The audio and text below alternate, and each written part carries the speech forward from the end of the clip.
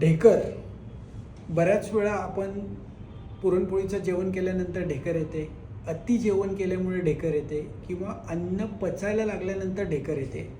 बऱ्याच वेळा ती ढेकर बाहेर येत असताना लोक त्या ढेकरचा जो वेग आहे तो अडवून ठेवतात.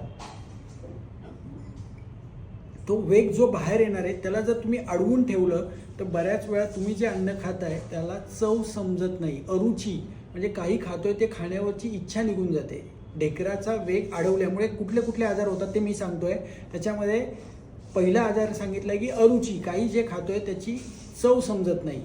दुसरं पोट फुगणं, सतत पोट फुगल्यासारखं वाटणं, खोकला येणं, हा ढेकरचा वेग अडवल्यामुळे होणारा आजार आहे खोकला. त्याचबरोबर ढेकर अडवली तर उचकी लागते, ढेकर अडवली आहे तर नाक गळायला लागतं. तर एक लक्षात घ्या, छातीत बांधल्यासारखं वाटतं, डोक्यामध्ये जड वाटणं हे ढेकर अडवल्यामुळे होतं. त्यामुळे ज्या लोकांना सतत ढेकर येते, आवाज बाहेर येतोय, वायू बाहेर पडतोय, तुम्ही त्याला अडवून ठेवताय तर नक्कीच तुम्हाला वेगवेगळे आजार होणार आहेत. एक लक्षात घ्या, ढेकर आली आहे तिला बाहेर सोडून द्यायचं आहे.